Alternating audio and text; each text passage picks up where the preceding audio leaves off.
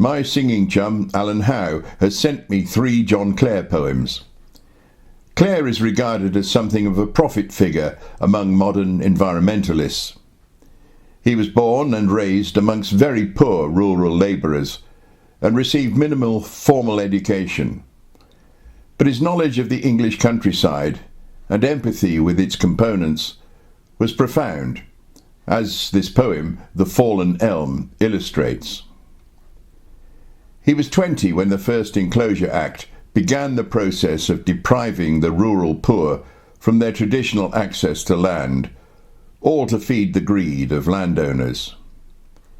In this poem, he rails against the freedom granted landowners effectively to injure and curtail the freedom of poorer folk, and he despised the ingrates who felled the tree, which had formerly offered them shade and shelter and much else.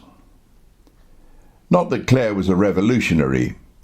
Despite being a contemporary of Shelley, he was sincerely religious and not inclined to rock the ship of state, however perfidious its officers and dealings may be.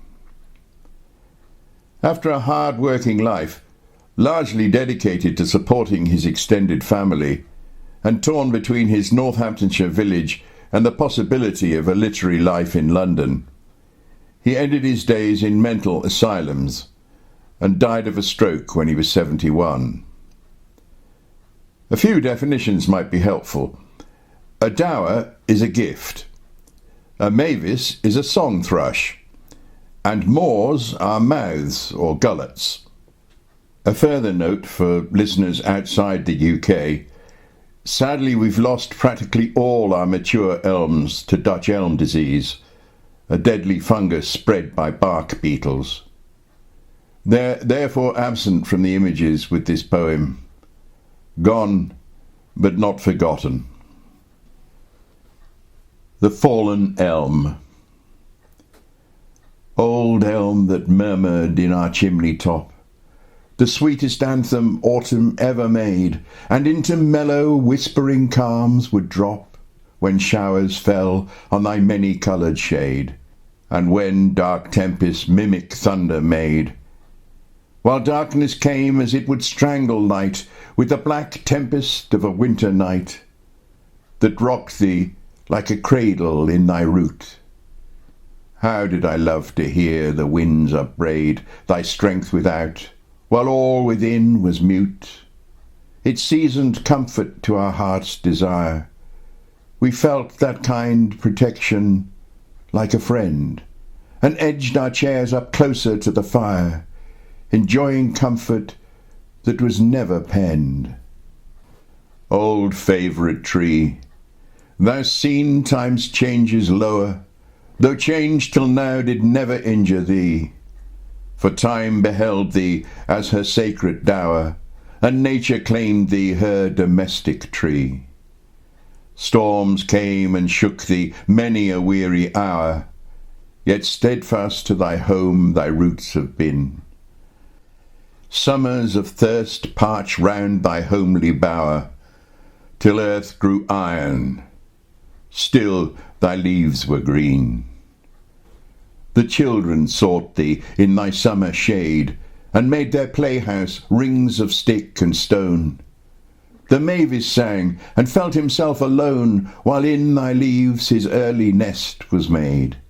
And I did feel his happiness, mine own, naught heeding that our friendship was betrayed.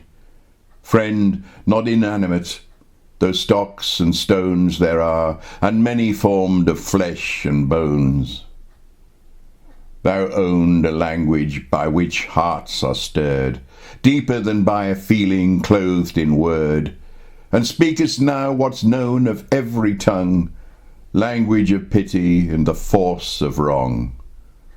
What cant assumes, what hypocrites will dare, speaks home to truth, and shows it what they are. I see a picture which thy fate displays, and learn a lesson from thy destiny.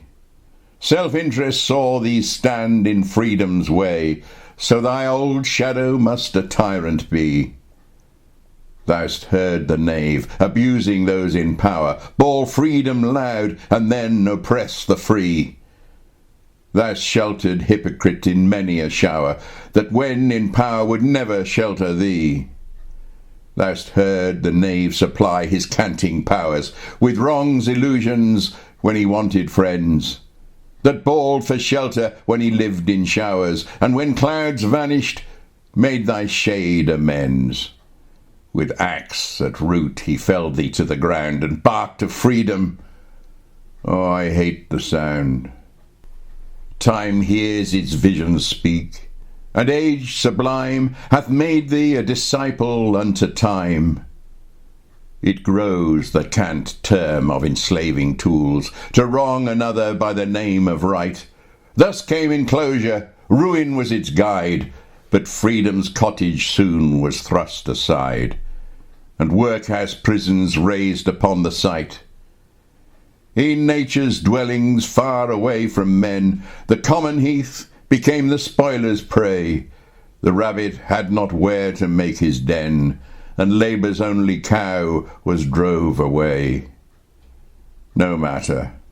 Wrong was right, and right was wrong, and freedom's ball was sanctioned to the song. Such was thy ruin, music-making elm. The right of freedom was to injure thine.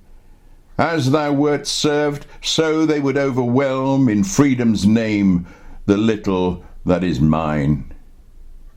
And there are knaves that bawl for better laws, and cant of tyranny in stronger power, who glut their vile, unsatiated maws, and freedom's birthright from the weak devour.